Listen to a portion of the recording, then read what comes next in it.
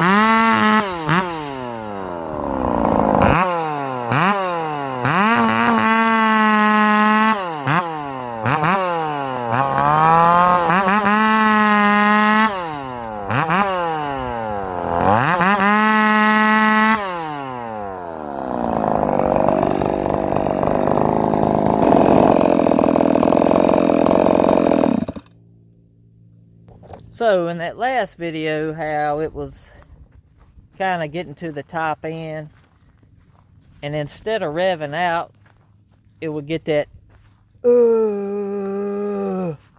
kind of sound to it. That's what it sounded like. Well, so what I done, I pulled it apart, looked at everything, double checked everything, made sure everything was in order like it was supposed to be. I opened up this little deflector piece a little bit more on the muffler, so now it's nice and pretty.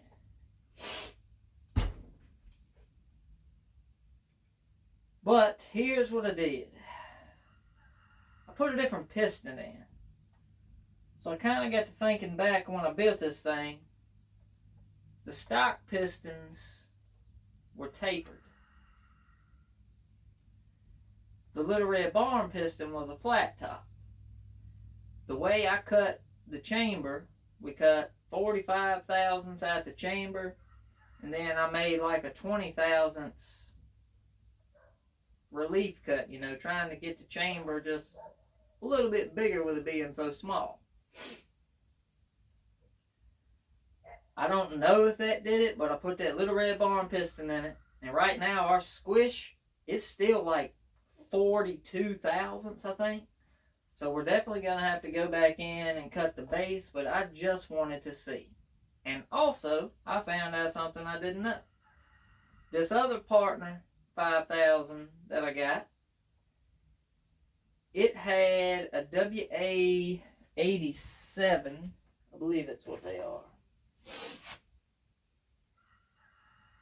WA82. So a Walbro WA82 is what the carbs that I had. While I was rebuilding the carburetor on this other part of the 5000, the Stocker that we have, and I noticed that carb is like a WA 152, 182, something along those lines. It's a 3-digit carb number. And on the high side of it, it actually has an auxiliary high-speed jet drilled into the side of it and screwed in like your older chainsaws did, your governor circuit. So that carburetor had a governor circuit where these WA82s did not.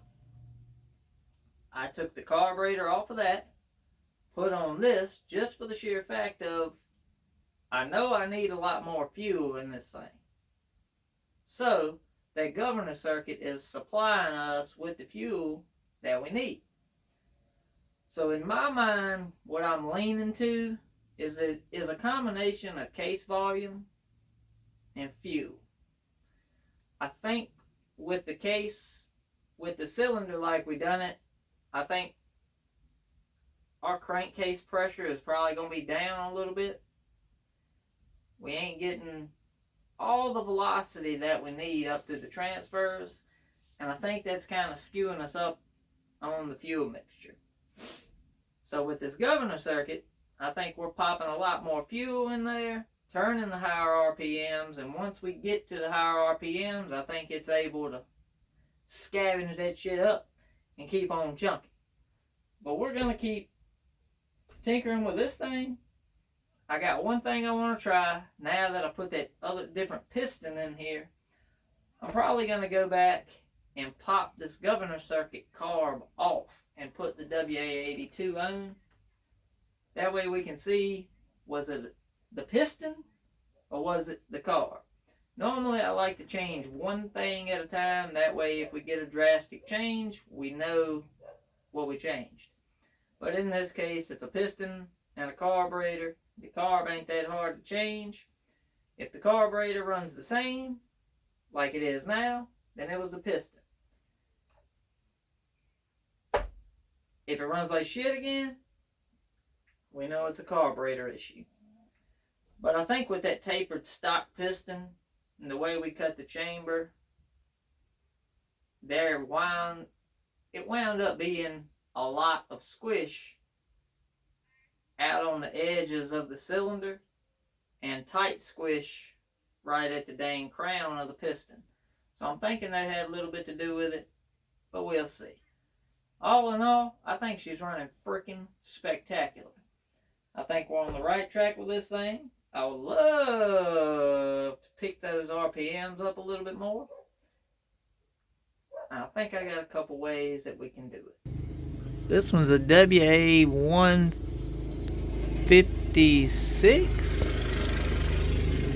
158. WA158. And as you can see, right here, it has that governing circuit. And this is pretty much a jet that's just screwed in.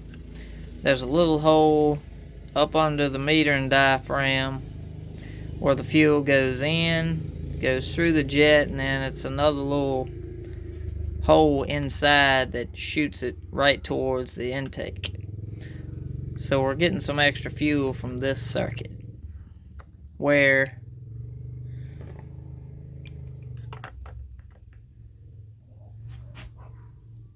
your WA82, it does not have that governing circuit. It's just a high circuit, a low circuit, and that's it. This one has the high, the low, and the governing circuit pulling fuel. So I'm going to swap these carbs here probably this week. Give this thing another test run. See if it's a carb issue or if it was the piston issue all along. We'll get this thing figured out. Hope you guys like this. You guys have a great day. Have a great upcoming work week. And Dubs, we out.